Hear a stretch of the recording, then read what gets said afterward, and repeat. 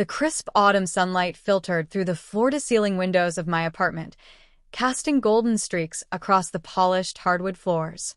I adjusted the silk blouse on my shoulders, feeling the soft fabric hug me just right, a small but reassuring reminder that I had my life under control.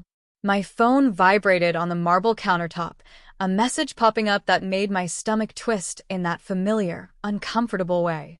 "Can we talk? Thanksgiving you should know." I stared at it, the words sharp and cold, as if they had leapt from the past and landed straight on me. Thanksgiving. My parents. The very thought brought a flicker of something I usually kept tucked away, a mixture of hurt, pride, and that quiet irony I'd learned to carry like a shield. I sipped my coffee, the dark roast warm in my hands, and let my mind wander back to the last time they had made me feel invisible. I had worked so hard to build a life that no one at that table could ignore, but had it been enough? Could I walk through the front door of their perfectly curated home and let them see the woman I had become, or would their surprise twist into judgment? The city hummed below, indifferent, and for a moment, I felt like I was standing at a threshold, between the past I couldn't change and the future I had meticulously crafted. My reflection in the window stared back at me, poised, composed, powerful. But the little girl who had once begged for acknowledgement was still there, somewhere, waiting. I remember that Thanksgiving like it was yesterday, even though it had been over a decade ago. I was 23, freshly graduated, heart full of hope, and yet completely invisible to the people who had promised to love me unconditionally. My parents had stopped me at the front entrance, their eyes cold, their voices sharper than the winter wind outside. "You're not invited," my mother said, as if it were a matter of course. No explanation. No apology. Just the finality of a slammed door before I could even process what she'd said. My heart sank. I felt the lump in my throat form instantly, and my hand shook so badly I almost dropped my purse. The polished hardwood of the foyer felt impossibly hard under my sneakers. I wanted to scream, to beg, to explain that I had been trying, that I had worked my entire life to make them proud, but the words caught, lodged somewhere between fear and disbelief. I turned away, swallowing tears I didn't have the strength to shed in front of them. In that moment, I noticed the small charm bracelet my grandmother had given me years earlier, dangling on my wrist. A tiny silver feather. "Strength comes from within," she had whispered, pressing it into my hand. I had laughed then, dismissing it as trite advice, but now, clutching it, I realized she had been preparing me for this very moment. I wandered through the falling leaves in the driveway, each step heavier than the last. I felt utterly alone, yet a spark ignited within me, a stubborn, simmering determination. If my parents couldn't see me, if they refused to acknowledge my worth, then I would build it for myself. I would stand, not for their validation, but for my own sense of dignity. That day, I made a quiet, irrevocable promise. I would leave their world behind and carve my own path. I didn't know how, or when, or what sacrifices it would demand, but I felt that feather on my wrist, and it whispered courage into my soul. I turned my back on the house, on their rejection, and began the long walk toward independence. Every step was a silent vow that one day they would see me, not the girl they dismissed, but the woman I was destined to become. After that Thanksgiving, I left town with nothing but a suitcase, my grandmother's feather bracelet, and a fierce determination that burned brighter than any fear. I rented a tiny studio apartment in Chicago, the kind where the radiator rattled and the walls were thin enough to hear neighbors arguing at odd hours.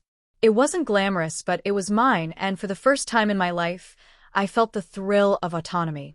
I found a mentor shortly after, a woman named Eleanor Brooks, a seasoned marketing executive who ran her own boutique agency. I had met her briefly during a college seminar, and by some twist of fate, she agreed to meet me for coffee. She looked me over, eyes sharp but kind, and said, "You have talent, but you need strategy. And you need belief in yourself more than anyone else's approval." Those words stuck.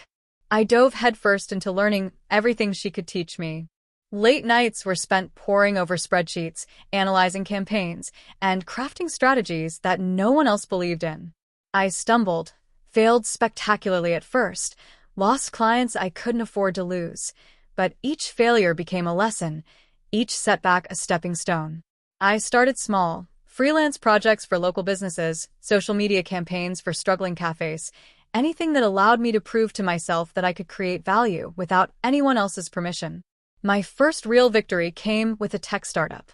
They trusted me with their fledgling brand, and when the campaign launched, sales tripled in a single quarter. I remember staring at the dashboard, disbelief and exhilaration mingling in my chest. For the first time, I knew I was capable of something extraordinary. Even as my success grew, I kept it hidden from my parents. They didn't need to know. I posted the occasional modest social media update, a coffee mug here, a city skyline there, but never the full picture. No office tours, no financial milestones, no announcement of partnerships or awards. My world was mine, private, fiercely protected. Every dollar earned, every client won, was a quiet act of rebellion and affirmation. I reveled in the irony that the people who had once told me I wasn't welcome had no idea that I was quietly building an empire. My apartment gradually transformed. Elegant furniture replaced the rickety second-hand pieces. Walls once bare now held framed artwork, and the hum of my laptop in the evenings became the soundtrack of my independence. Through it all, Eleanor remained my guide and cheerleader. She reminded me that power was not only in wealth, but in the grace with which it was wielded. That lesson, more than any profit or title, became the cornerstone of the woman I was becoming. And with every step, I felt the distance from that fateful Thanksgiving widen, not in bitterness, but in quiet, triumphant resolve.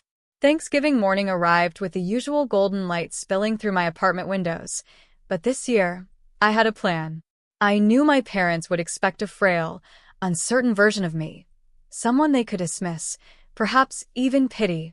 Instead, they were about to meet the woman I had become.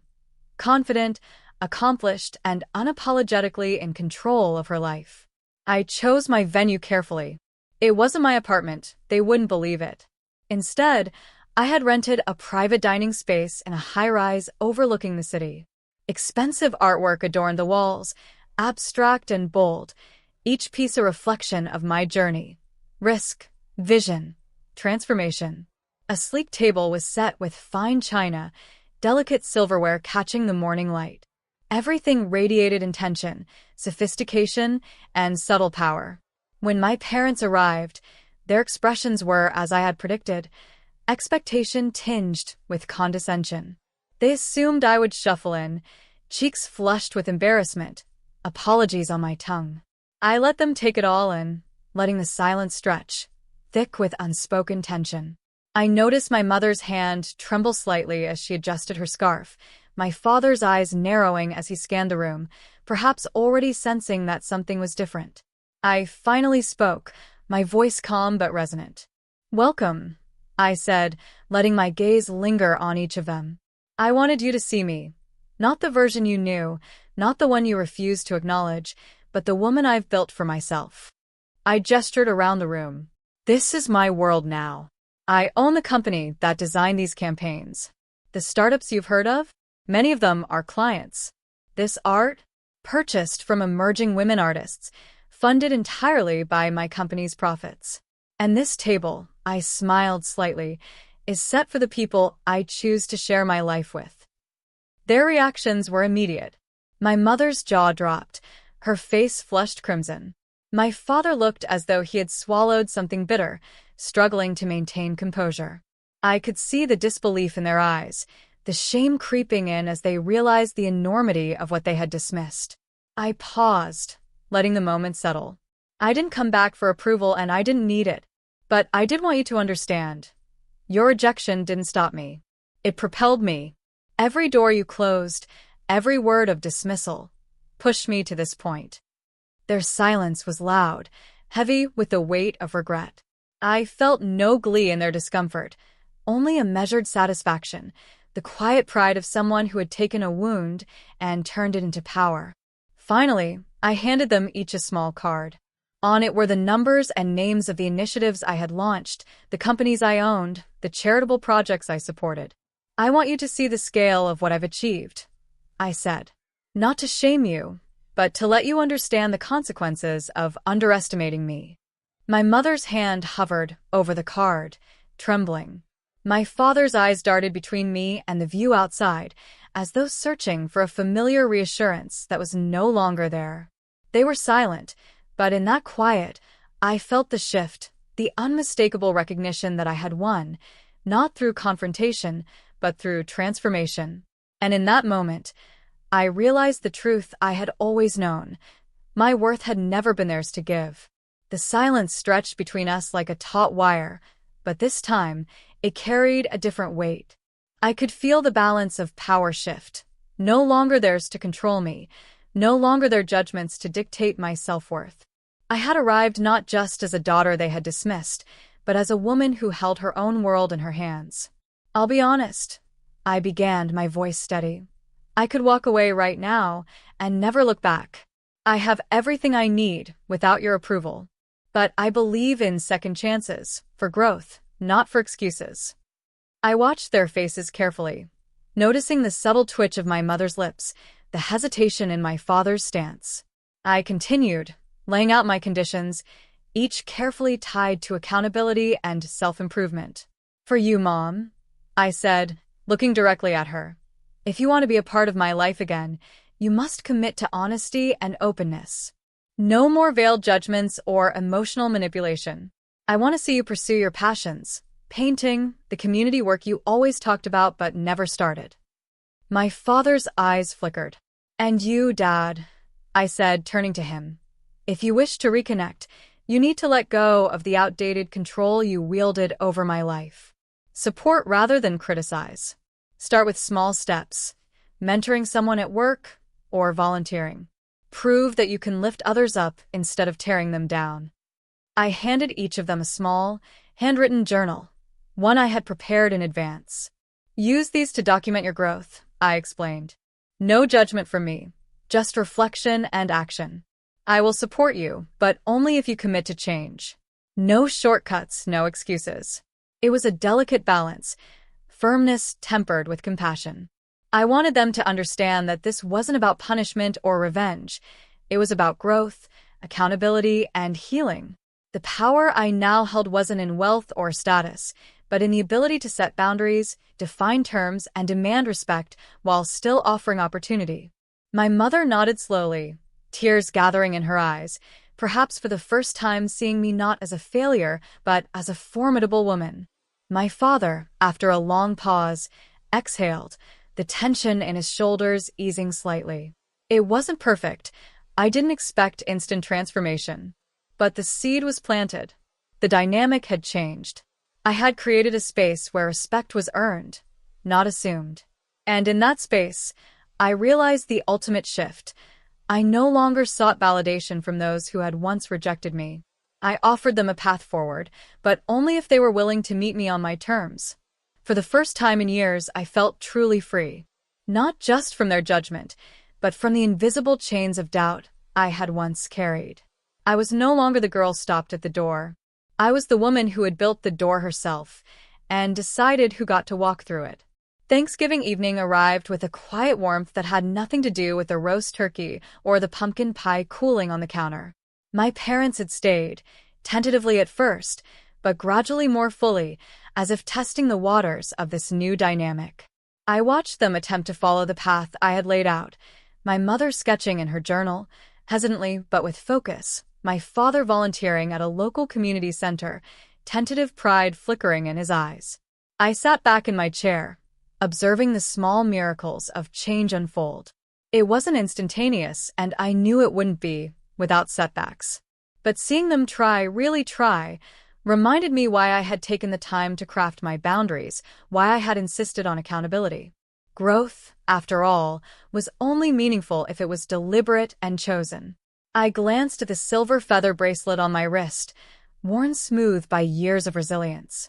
It had been my talisman through every late night, every moment of doubt, every victory, and every heartbreak. I could almost hear my grandmother's voice whispering, "Strength comes from within." I smiled softly. That simple piece of silver had carried me farther than anyone else's approval ever could. As I poured myself a cup of coffee and inhaled the aroma, I reflected on the journey. I had been the girl stopped at the door, rejected and dismissed, but that moment had sparked the transformation that defined me. Every step, every choice, every sleepless night had led to this Thanksgiving, not one of defeat, but one of reconciliation, empowerment, and grace. And though the scars of the past remained, they no longer defined me. They had become the foundation for my strength. My parents were learning, slowly, that respect and love were earned, not demanded. And I, in turn, had discovered that the greatest power lay in forgiveness and self-respect, not revenge. I leaned back, watching the city lights flicker outside the window, feeling a deep, unshakable calm. For the first time, I realized that I didn't need anyone's permission to claim my life, my success, or my happiness. And as I lifted my coffee cup in a quiet toast to the journey, I whispered to myself, I am the woman I was always meant to be, strong, unshakable, and entirely my own.